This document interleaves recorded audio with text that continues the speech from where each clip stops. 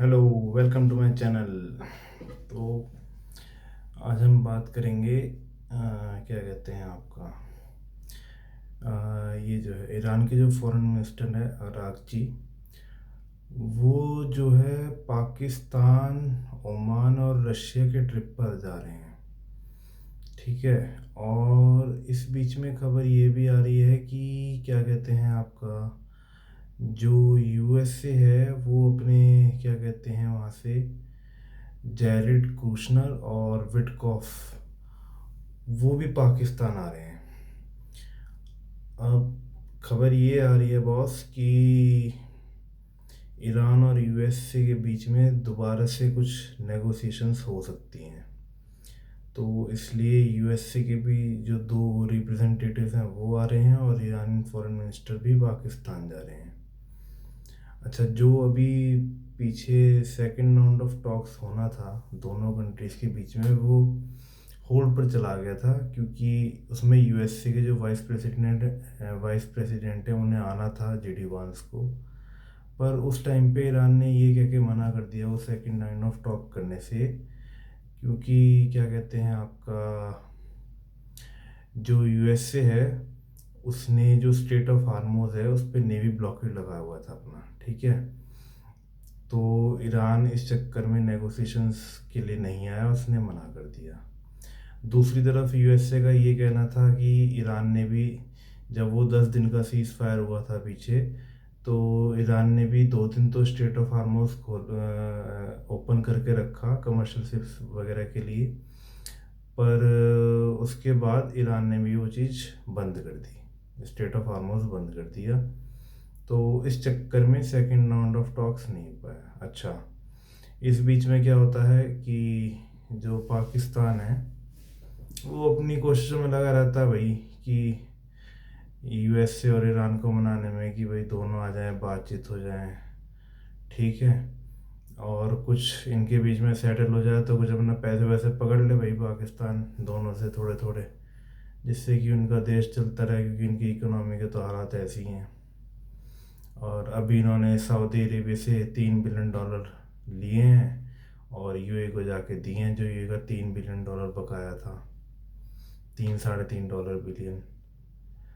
अच्छा, वो Saudi Arabia से जो $3 बिलियन लिए हैं ना, वो उस चीज़ के लिए हैं जो इनका डिफेंस मुआहदा हुआ था अभी 7-8 महीने पहले। ठीक है। तो उस चक्कर में इन्होंने यूएसए से बात करी हुई, भाई थोड़े पैसे पूसे दिलवा दो, हमारा खर्चा पानी चलता रहेगा, हम अपना फ्लैट व्लैट खरीद लेंगे जो आर्मी के इनके लोग हैं। तो वो लेके दिए हैं। अच्छा, अब ये लोग आ रहे हैं इस्लामाबाद। खबर ये आई है कि जो ईरान के फॉरेन मिनिस्टर हैं वो तो ऑलरेडी पहुंच चुके हैं आपका क्या कहते हैं वहाँ पे पाकिस्तान। और यूएसए की तरफ से जो दो लोग आ रहे हैं वो भी कल या परसों में आ जाएंगे। ठीक है। अब जहाँ तक मुझे लग रहा है, क्योंकि ट्रम्प जो उनके यूएस के प्रेसिडेंट हैं उनका भी स्टेटमेंट आया था, कुछ ईरान ने ऐसे पॉइंट्स रखे हैं जिन पे हम कंसीडर कर सकते हैं और हो भी सकता है कि सीज़ फायर हो जाए या बात मान ली जाए दोनों कंट्रीज़ के बीच में, वॉर रुक जाए। अच्छा, मेरा मानना ये है इसमें कि ये सब जो चीज़ें चल रही है ना, कि टॉक्स होंगी दोबारा से होगी, मुझे लगता नहीं कि हो पाएगा। क्योंकि असल मुद्दा ये है कि ये जितना भी टाइम यूएसए ले रहा है ना, ये यूएसए अपनी तैयारी कर रहा है। यूएसए अभी फिर से अटैक करेगा ईरान पे ना, और इस बार भयंकर वाला करेगा। ठीक है ना। क्योंकि यूएसए चाह रहा है कि ईरान का सारा जो न्यूक्लियर प्रोग्राम वो बंद करके वो अपने कब्जे में ले, और स्टेट ऑफ हार्मोज भी यूएसए अपने ही उस पर चलाना चाहता है। ठीक है। एंड ये सब दिखावा है असल में। यूएसए अपना टाइम ले रहा है, वो फिर से अटैक करेगा ईरान पे। और ईरान को भी चीज़ पता है कि यूएसए अटैक करेगा, ये पीस टॉक सिर्फ एक दिखावा है। ठीक है। तो ईरान की भी अपनी तैयारियां चल रही हैं अटैक की। और रही बात इसराइल की, भाई मेन तो इसराइल के साथ थी ना जंग, यूएसए तो बीच में आ गया किसी तरह। ठीक है। Death to Israel, death to Israel, इनका ईरान का नारा है ना ये एक।